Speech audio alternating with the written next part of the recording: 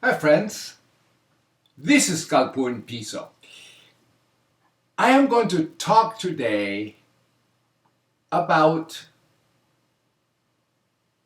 the Abrahamic faith. You know, religious beliefs are no different than schizophrenia. They're all created in the brain, and religious beliefs are organized as schizophrenia. All created in the brain. You believe in God. When you believe in God, you have a neural disconnect. Something is wrong with the brain. People don't understand that. They think it's faith. But faith occurs in the brain. And the brain didn't come out of the heavens and fill our skulls. No, we are product of a fuck. We're product of coitus. Sperm fertilizing the egg, creating the brain, our brains. And then with the brain, we create thought. Now, that is the truth. And keeping that truth in mind, I'm going to explain about the Abrahamic religions. I always talk about Christ psychosis, but never get involved into Islam psychosis or the other ones. And I will explain it, connecting the dots. Muslims don't worship the Kaaba. They worship what it represents, the one God. Hajj takes place in and around Mecca. It is a series of rituals performed between the 8th and 13th days of the last month of the Islamic calendar. When they first get to Mecca, for Muslims who have prayed in this direction every day for years, God asked Abraham to sacrifice his son, but the devil challenged him not to. One story says, Abraham pelted the devil with stones 3 separate times, chasing him away. Religious faith created in the brain is filled of imaginary friends and concepts that are void of reality. They have spirits, demons, sin, and all kind of irrational, mythological bullshit. But see, when you're educated and you accept all these concepts to be reality, then you are reasoning no different than a person suffering from temporal lobe epilepsy, cognitive dissonance, and also schizophrenia. Because there are many schizophrenias. If you talk to Dr. Sapolsky, Dr. Ramachandran, those brilliant neuroscientists, they will tell you exactly that. It's a religion and schizophrenia are the same. It's different words for the same brain aberration, brain anomaly. Because it's the acceptance of bizarre metamagical beliefs as if it were reality. And that's at the core, at the root of neurological disorders. See, you go to church or you go to a synagogue or you go to a mosque and you see this image, you believe in these imaginary friends to be reality. That's a psychosis. And some people call it faith and some people call it religion, but no matter what word you use, a psychosis it remains, a neurological anomaly, a neural disconnect, a neural array disconnect or disruption. And it happens in all religions and on all schizophrenias. I'm going to talk now about the essence, the beginning of what is called Islam. It didn't have that name a long time ago. It was developed in the 6th, 7th century. Muhammad and God are always represented without a face. They're ethereal concepts. They are numbers. They are gematria. That's the reason you always see them. It's forbidden to depict Muhammad like this. The cube, the black cube, there's a Roman temple underneath that, and it's an old Roman religion concepts. Also, there's a lot of blood. The sacrifice of Ali, which is equivalent to Julius Caesar, they sacrificed Christus. Then you have the hand of God, which is actually the hand that masturbated the god Atun that committed an Ouroboros, out of fellatio. Here it is. That's in Egyptian religion. A god that masturbated created the whole universe and created the Milky Way and the whole planets. And of course, you worship it with your hands. You kneel down and you grasp the hand. So people that go to church and kneel down, they're worshiping. They're committing fellatio. It is my hypothesis, and I have plenty of evidence and many circumstantial evidence, all kinds in epigraphy, that makes me believe this is true. I can brings up some evidence and connected the dots, and you can see that. Always keeping in mind that the brain is the one that creates thinking, not the heart, as the Egyptians believed, because they had no idea about the brain. But today we do. We are product of coitus, born with a blank brain, no information. But the so-called Abrahamic religions originated in the Roman Empire. Everything points to that. The immense Roman Empire. And they all have the same elements. You have virgin mothers, you have prophets, you have revelations, and you have the mumbo-jumbo of angels and demons, which in Islam are called the jinn. They are entities in the desert. Well, here in Arizona, I see the jinn all the time. Because remember, the spirits and demons is nothing but air in the lungs. When you fart, flatulence, smells, and the gas exit out of the cave of the unclean spirits, which is the anal sphincter and our colon. That is, in those days they had no idea. They were demons. But in the desert you see the jinn, you see the demons. On the dust devils, have you seen all the little mini tornadoes that come around with the dust? Well, for an ancient person, that was all the spirits, the demons, trying to hunt you. That's where the whole thing comes from. So it's actually psychotic and schizophrenic to believe this mythological mumbo-jumbo deluded crap as if it was reality today in the 21st century. But who was Abraham? Abraham is a character that has many names. It comes from the stars. Because remember, you have the sun god. You can have it Osiris. You can call it Thor. You can call it Horus. You can call it Ra. Name it. You can call it the Jesus Christus. You can call it the Allah. You can call it Solomon, David, whatever. But a lot of these things are titles, and these are titles of people, and they are the stars, like the 7 days of the week, which are nothing but the 7 planets. See, it's all related to the stars. People didn't understand that, so they have to invent a soul. They have to invent spirits. They have to invent the gods of all kinds, and that's where it comes from. But going to the Abrahamic religions, you have in the Bible, without many Bibles, you have the character of Abraham, and it was the angel of the Lord, wanted to test him, or the Lord wanted to test him, and he's going to take his son Isaac to be sacrificed. So he come around and going to try to sacrifice Isaac. Then the angel came around and said, "Oh, don't do it." Well, Isaac is the origin of the Jews and the Arabs and the Muslims. Because some call it Isaac and the other call it Ishmael. Same thing, same character.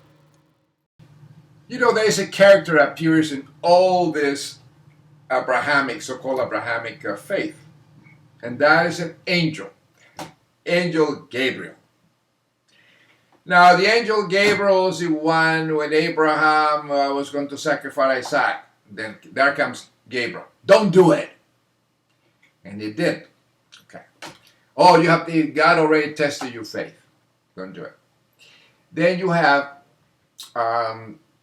Virgin Mary is pregnant. All of a sudden, Angel Gabriel announced her. But you know what the key is? Is datura flowers, entheogens. You see those flowers everywhere. The Angel Gabriel always carry those little flowers when it's announcing the birth of that she's pregnant with the Son of God, Jesus. And she always brings those little flowers. Well, they're datura flowers. And the Roman emperors carry in the scepter, which is sacred, atropa belladonna. Another this drug, like opium and henbane and all that, are highly hallucinogenic. They are called sacraments. You take that concoction, that tea which is sacred. It was used in the mystery religions. And I mean, you see angels, you write a Quran, you write a Bible, and you write all kind of stuff. That's what it comes from. It affects your brain and you see God. I guarantee it. I give you $10,000 if I can operate your brain, give you something that do it, and you don't see the spirits and demons and all this ethereal stuff. You want to bet? I bet you. And I'll win. Because the brain creates thinking, not the ass. All religious texts over thousands of years ago were created by ingesting sacraments. These are datura flowers. So you can see the Angel Gabriel. They decorate churches, they decorate temples. And they were also in Arabia writing, in the Quran and all the texts also mention that. You see here the angel with the datura flowers, which are also in the epigraphy, Arabian epigraphy, in the temples, in coins, everywhere. Angel Gabriel is everywhere in the Abrahamic, in so-called Abrahamic religions. Here I am showing the datura flower that I found going to the Grand Canyon. It's highly hallucinogenic. There are all kinds of these flowers. They're called sacraments. And even in the text here, in this picture, you can see that. Now notice the Arabian script in the Quran. You'll notice the little flowers there. Notice those flowers. They are right there. Right there. You see it?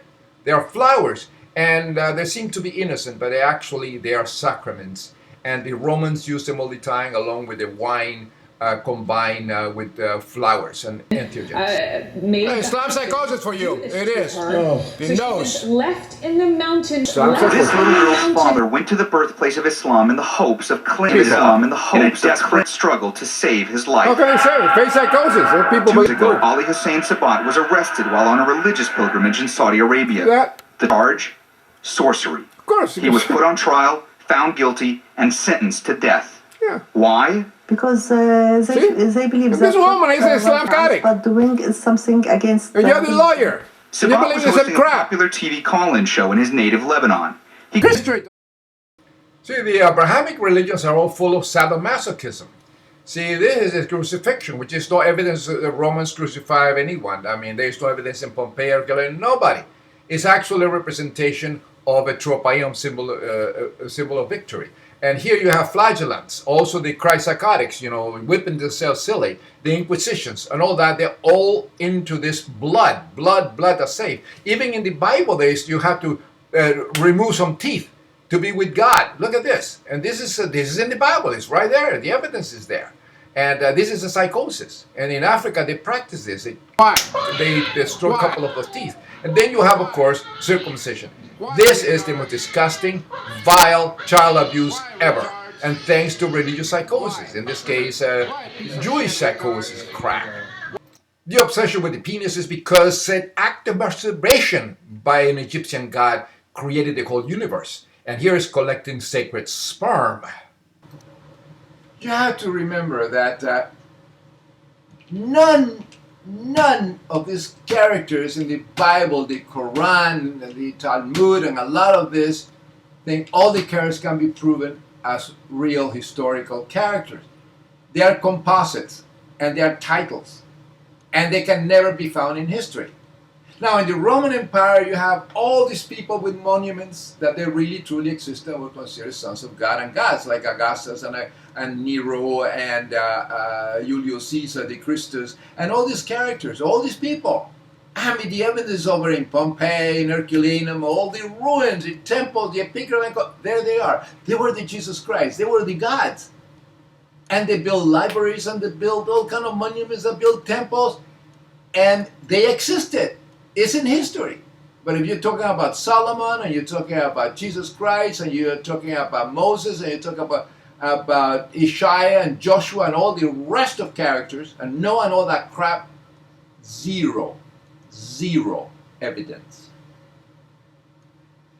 Yeah, I'm a member of the Archaeology Institute of America, and I get the journal all the time, based on facts and evidence. There's no proof that they existed. We have to remember that. Keep that in mind.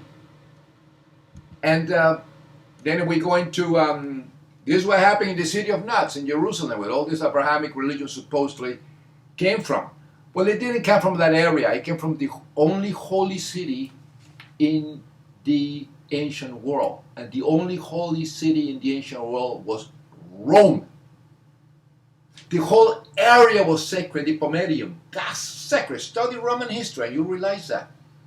You cannot enter, you have to do sacrifice and you rituals and with many gods. You cannot enter with your armies into this holy city, into the Pomerium. It was a sacrilege. The city was so holy, Jerusalem was a Roman province. A Roman town.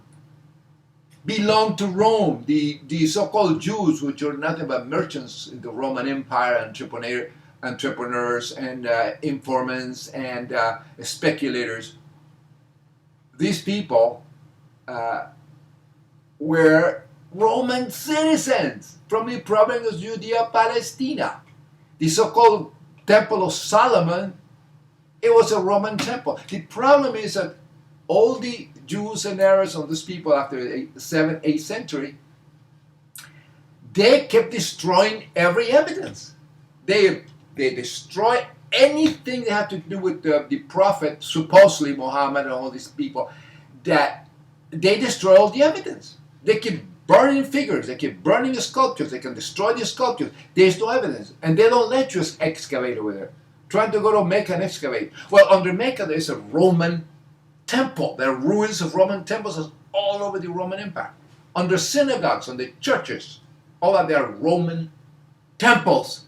On the Notre Dame of Paris, Temple of Cybele. All over the place. There is the Roman religion all over the place with the temples. And that is a fact. So let's go about this character named Muhammad that nobody can find. I mean, nobody wrote about Muhammad until 150 years after his death, and it's just incredible. And they call the hadith of the tales about Muhammad. Then later on of that, it was the Quran but I'll tell you what this thing.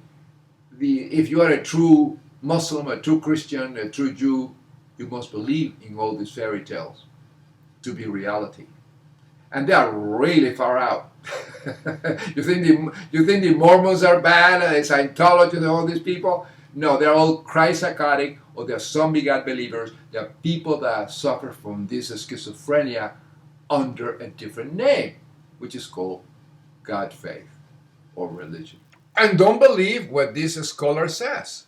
Just look into archaeological record and to other records. There is no evidence this Muhammad existed. Zero.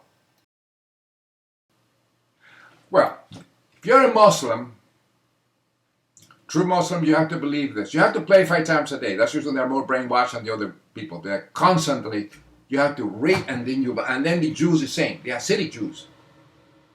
And they bang their heads with a little tefillin, the little cube, the black cube here, and they bang their heads in the ruins of a Roman temple. Keep all that kind of reinfecting yourself, becoming theotarded, dumb, ignorant, stuck in the past. All religions do the same thing. They're stuck in the past. They're theotarded, very ignorant people, psychotic and deluded. Well, if you're a Muslim, you have to believe that this prophet named Muhammad, he was one time, he went to a cave of Hira, and that's where the angel Gabriel appeared to him and dictated the Quran and all that stuff, and he kept it in his head, and he was not illiterate anymore. Also, he knew how to speak all that, but he had these convulsions and all that, and he saw God when the convulsion. The guy had nothing but epileptic attacks. That's what happened. problem with it. If he existed, but there's no proof that he existed. No evidence. Now, if you're a true Muslim, you have to believe that the angel Gabriel also wanted to show Muhammad heaven. Give him a tour of heaven. They call it the night trip or the night journey. At night he came around from where? From Mount Moriah in Jerusalem. That's the same place that Christ was over there, and the Mount of Olives and all that, and he ascended to heaven, and everybody ascended to heaven from that rock. That's really the city of nuts. They're really crazy. So anyway, Gabriel took Muhammad in a flying horse, just like Pegasus of Greek mythology, and he gave him a tour of heaven, and he went down, and he said, he told everybody how wonderful heaven was.